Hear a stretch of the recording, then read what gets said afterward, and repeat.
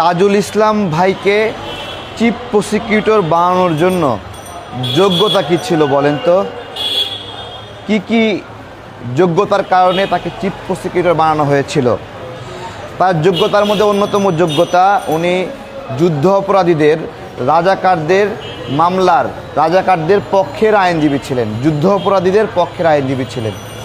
এই যোগ্যতার কারণে ওনাকে জুলাই গণ অভ্যুত্থানে চিফ প্রসিকিউটর বানানো হয়েছে।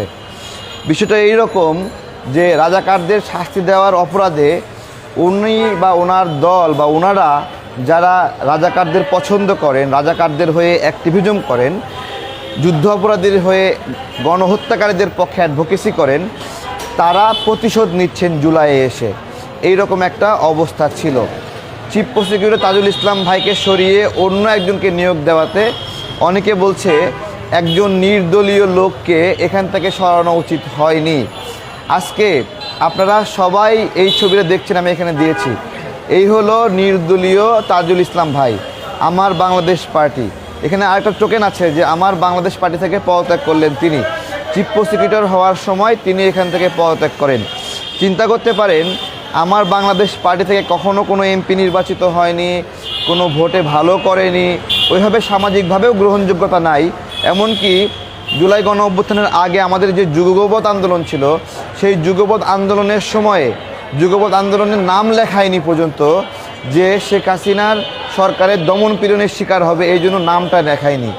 ঠিক আছে, এই সব কিছু মিলিয়ে আন্দোলন সংগ্রামে উনি রাজনৈতিকভাবে যতটুকু রাজাকারদের পক্ষে আইনি প্র্যাকটিস করার জন্য পরিচিত, আন্দোলন সংগ্রামের করার জন্য ওইটুকু প্রয়োজন নয়।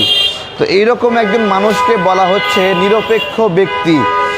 চিন্তা করতে পারেন যুদ্ধ অপরাধের পক্ষের আইনজীবীকে নিরপেক্ষ আইনজীবী বানিয়ে দেওয়া হয়েছে, নিরপেক্ষ আইনজীবী। এবং যখন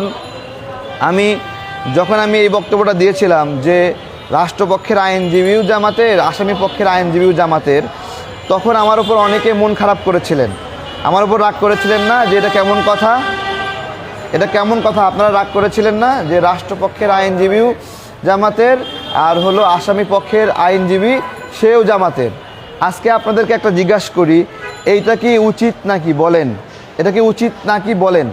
কীভাবে বলছি, অ্যাডভোকেট শিশির মনিরের আইনি হাউজের নাম হলো ল ল্যাব। অ্যাডভোকেট শিশির মনিররা এবং তাজুল ইসলামরা পরস্পর বন্ধুবর। এই ল ল্যাবই তো জুলাই গণ অভ্যুত্থানে আসামি পক্ষের আইনজীবী হিসেবে কাজ করছিল নাকি?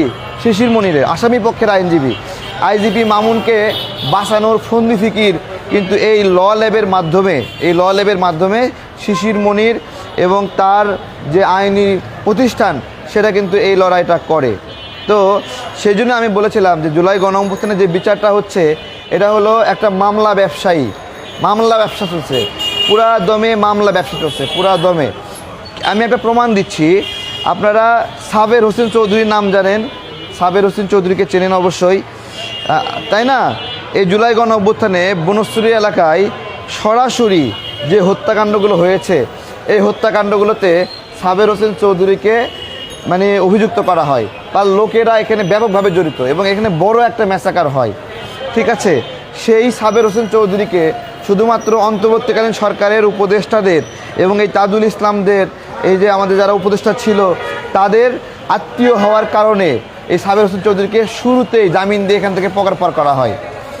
থেকে পার করে দেওয়া হয়। এবং ওই সময় পরিকল্পনা মন্ত্রী যে আসছিল, সেও শিশির মনিরের কাছের মানুষ হওয়াতে এখান থেকে বের করে দেওয়ার একটা প্রক্রিয়া হয় এবং তারা সাকসেসফুলি কিন্তু করেও। তাহলে এইটাকে সুষ্ঠু বিচার কে বলবে বলেন?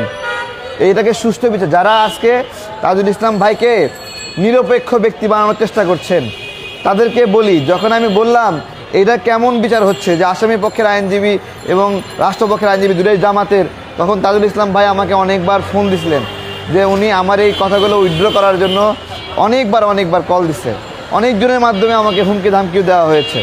ঠিক আছে, তো আজকে যেটুকু বললাম যে আপনারা যাদের মাথায় যুক্তি, মেধা এবং বুদ্ধি আছে, যে রাজাকারদের আইনজীবী ছাড়া তাজুল ইসলাম ভাইয়ের কোন বড় ডেডিকেশনের জন্য ওনাকে চিফ প্রসিকিউটর করা হয়েছিল, তাহলে যেই আন্তর্জাতিক ট্রাইব্যুনালে আসামি পক্ষের আইনজীবী হিসেবে ছিল, যুদ্ধ অপরাধের আইনজীবী হিসেবে ছিল, যে সে কিভাবে ওই ট্রাইব্যুনালে রাষ্ট্রপক্ষের আইনজীবী হয়। এইটা হলো কনফ্লিক্ট অফ ইন্টারেস্ট। এটা কনফ্লিক্ট অফ ইন্টারেস্ট কীভাবে আরও বলতেছি, যখন তাজুল ইসলাম এখানে চিফ প্রসিকিউটর হলো, তখন এই ট্রাইব্যুনালে এসে জামাতের লোক এসে আত্মসমর্পণ করছে এবং তাকে সঙ্গে সঙ্গে ওইখান থেকে আবার বের করে দেওয়া হয়েছে। হ্যাঁ, পোর খাওয়া একবারে সিনিয়র রাজাকার, সেইখানে এসে আত্মসমর্পণ করছে। আত্মসমর্পণ করে ওইখান থেকে সে আরও সম্মান নিয়ে এখান থেকে তাকে বের করে দিছে, জামিন মুক্ত করে দিছে। ঠিক আছে, তাহলে দেখেন, যে ব্যক্তিরা রাজাকারদের হয়ে লড়াই করতেছিল, সে যখন রাষ্ট্রপক্ষের আইনজীবী হলো, তখন এটিএম আজহার মুক্ত পেয়েছে। মুক্ত শুধু পায়নি, তাকে পার্লামেন্টেও নেওয়া হয়েছে, তাই না? তো এগুলো আপনারা এই যে দেখায় দিলাম যে একজন নিরপেক্ষ আইনজীবীকে আপনারা দেখলেন আপনারা। ঠিক আছে, হ্যাঁ, ভালো থাকবে।